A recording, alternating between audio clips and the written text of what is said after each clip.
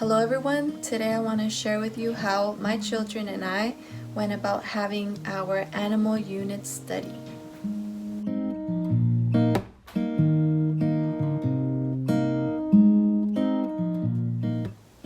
So I've mentioned before that I'm not someone that was too open to the idea about doing unit studies throughout homeschooling, as far as like completely departing from using a curriculum.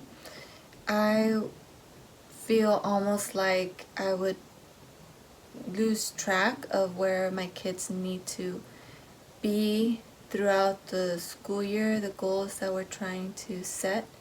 So I am someone that is more about staying balanced somewhere in the middle between being a homeschooling parent that likes to stick to the curriculum, but also um, I don't want to be just that extreme, and I also don't want to be the extreme where I don't follow a curriculum at all and I just do unit studies and I just let learning happen however it's going to look like for that school year.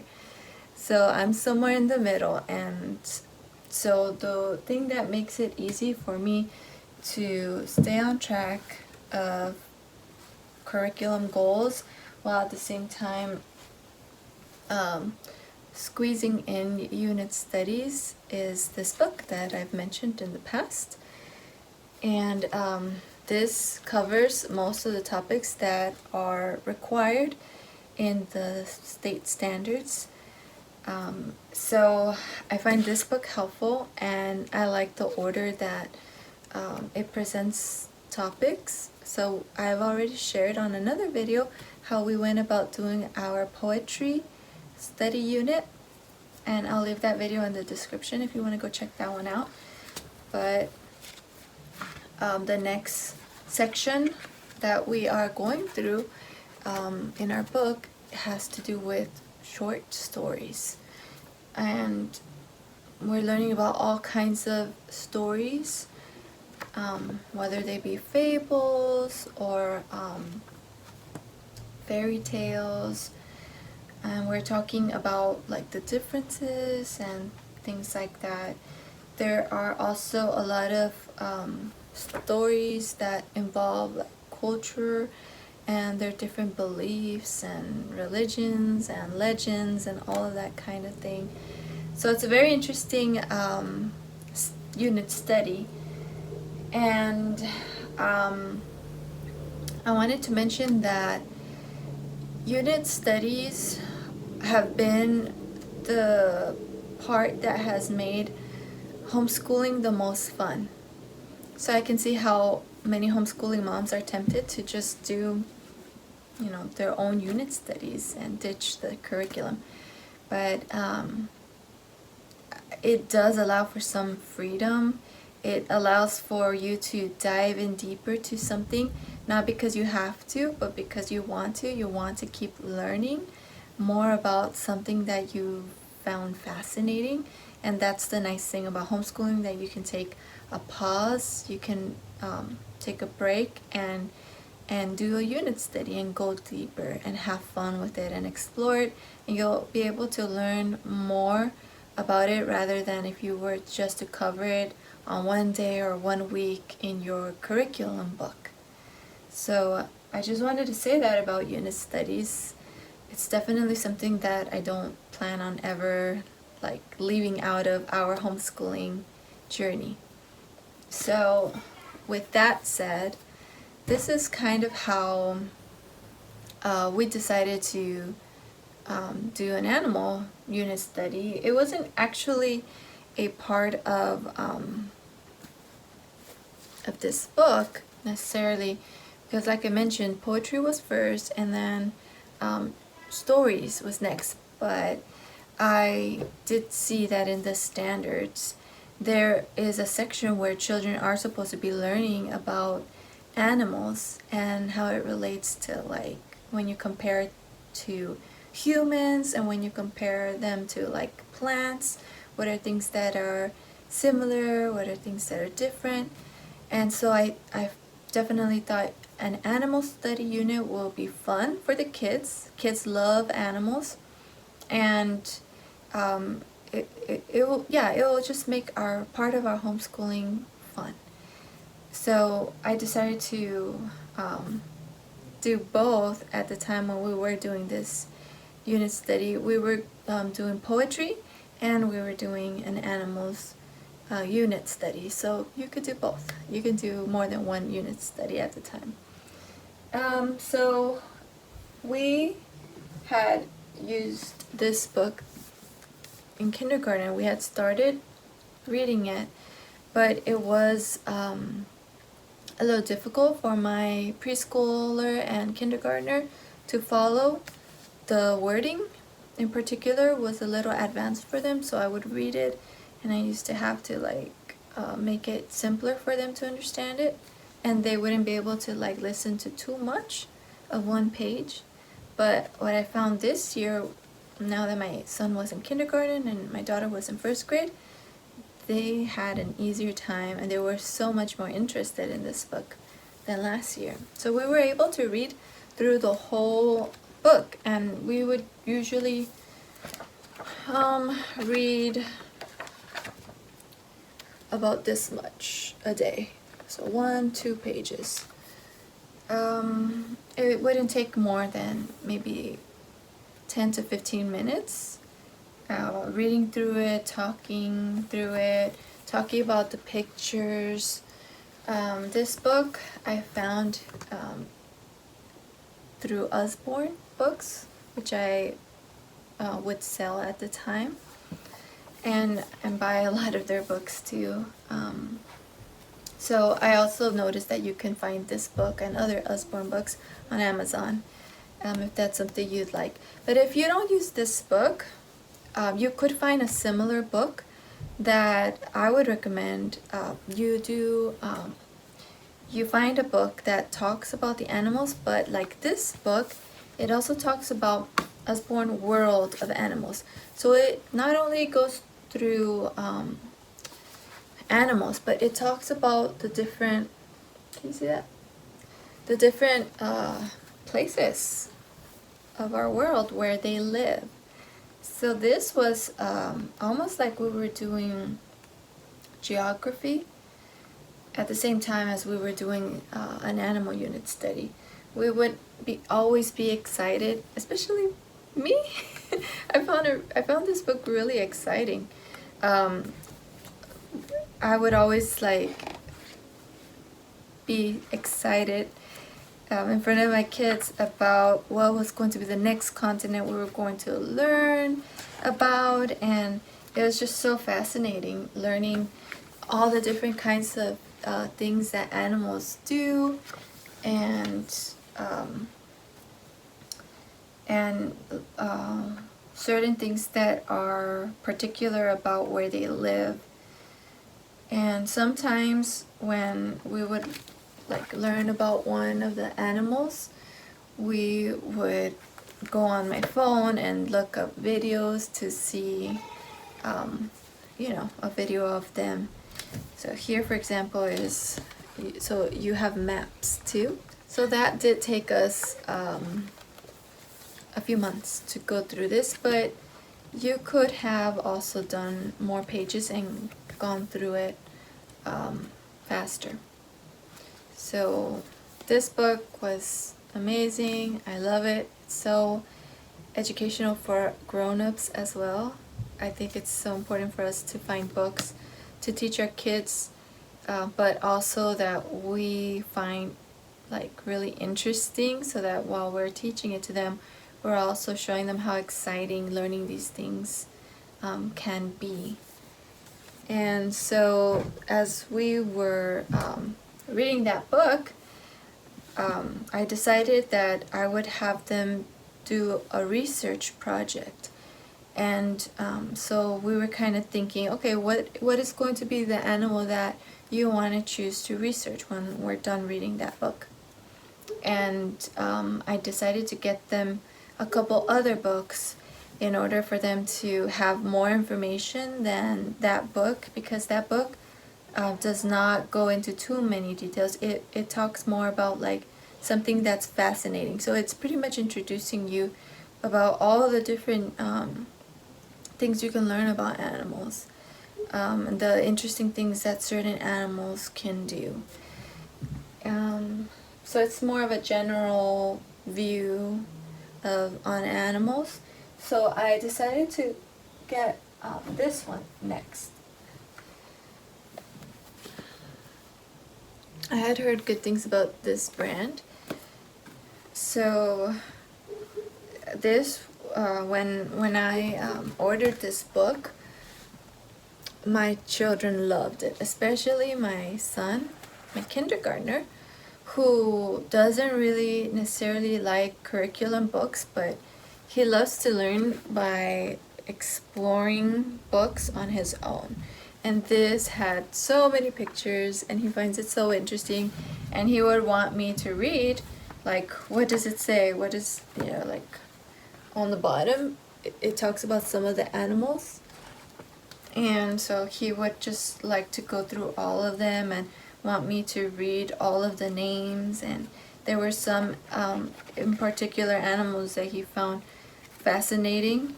This isn't necessarily a book that I would want to like read for homeschooling, because it's just so large, and but this is something that it's fun to pick up or for research purposes.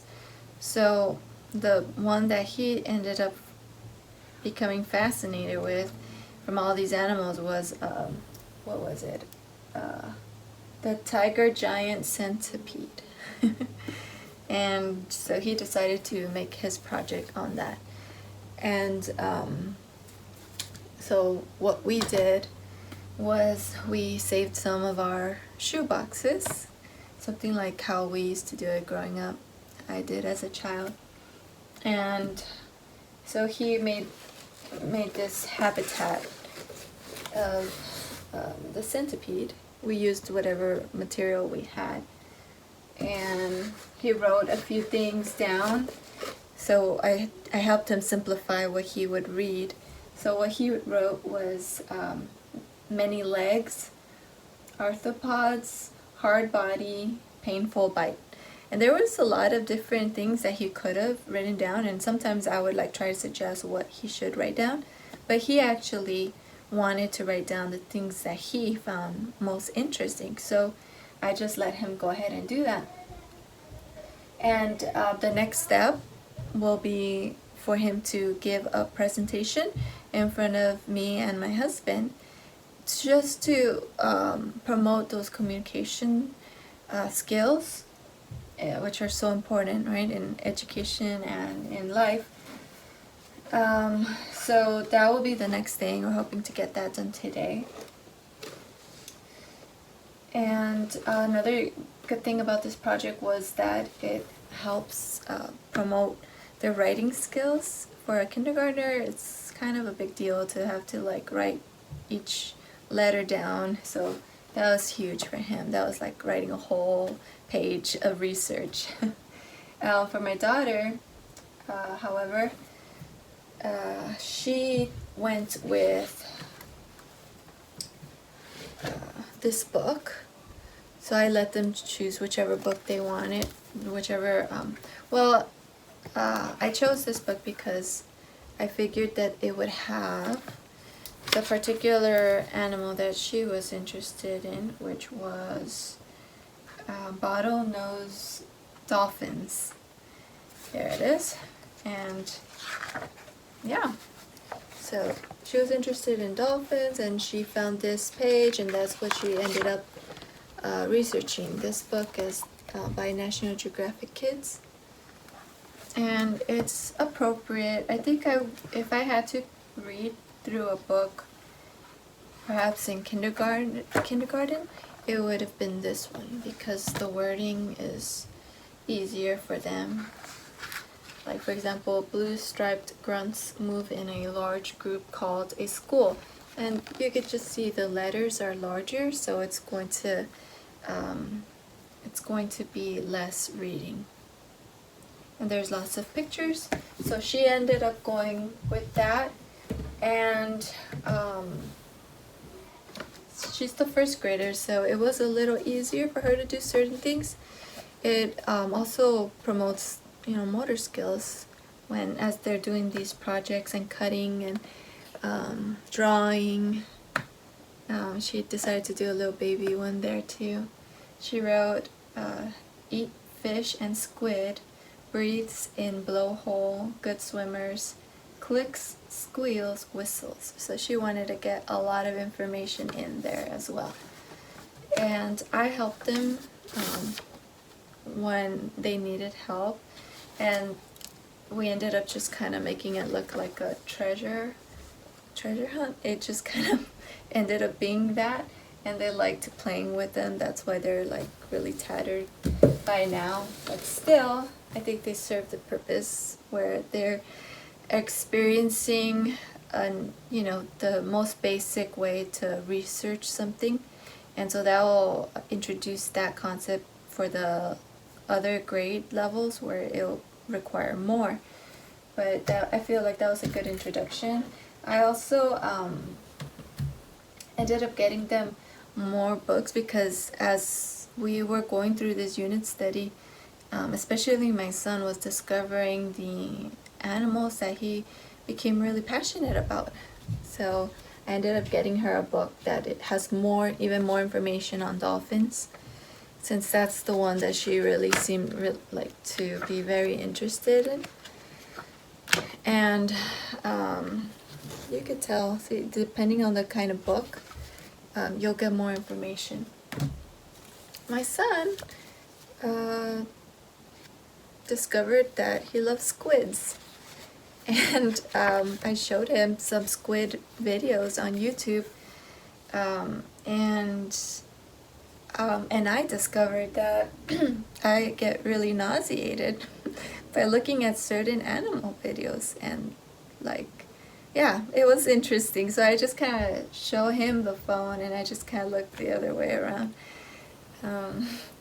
We also, I'll just mention this other book. He also loves snakes, loves them. So he wanted a snake book. He asked me for a snake book because the other book, the animals book, I should put them here again, it had information on snakes, but not that much. So for my son to ask me for another book, I think that's amazing. I want him. So much information, more information and pictures than you probably want to see. Well, not my son. He actually likes looking at the pictures where the snakes are eating another animal.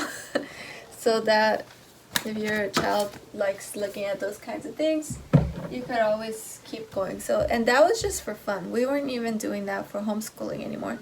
That was just for him, his hobby, to learn more about animals, and now whenever he wants, he goes through those books. I wanted to mention that something else that we did was go through documentaries on Netflix. There were some really good ones where it was just showing a particular region of the world and the animals in there. We tried to avoid the ones that had fear in them, because there are some documentaries that they're trying to make it more of an adventure versus just educating, and just keep it natural and just show the animals in their habitat. But there were some that I would recommend that you check out. It's just amazing. It's amazing to be able to see those videos, and with such a great quality now. So aside from that, just for fun, I'm going to show you what resulted from this unit study in my Yay! Alright, sorry, my daughter just lost another tooth. So we had to go hug her. It's amazing how your kids grow up so quickly. Okay, I was telling you about what came about, which was my son developed a passion for certain types of animals that I would have never thought my son would find fascinating, let alone want to cuddle with at nighttime. So here are some of the animals that my son has asked for in the time that we've completed this unit study. He has bought these plush snakes, which are sold, I believe, by Wild Republic on Amazon. And yeah, pretty realistic looking, huh? But pretty soft. And he wanted another one, a cobra. And he knows the names too. And he loves them. He likes to sleep with them. And last but not least, a squid. Yeah, I didn't know that they sold things like this, but who knew, right? He loves them, and I'm glad that I was able to do this unit study, and that it was able to spark a passion in my son. So I'm looking forward to the other unit studies that we're going to complete, maybe for the remainder of this school year and the next. But yeah, that I just wanted to share. This is how we did our animal unit study, and if you have any other ideas, or you want to share what your experience was doing an animal unit study, or share what other unit studies you have done, please leave those in the comment section. I would love to hear about them. So I'll see you on the next video, guys. Bye.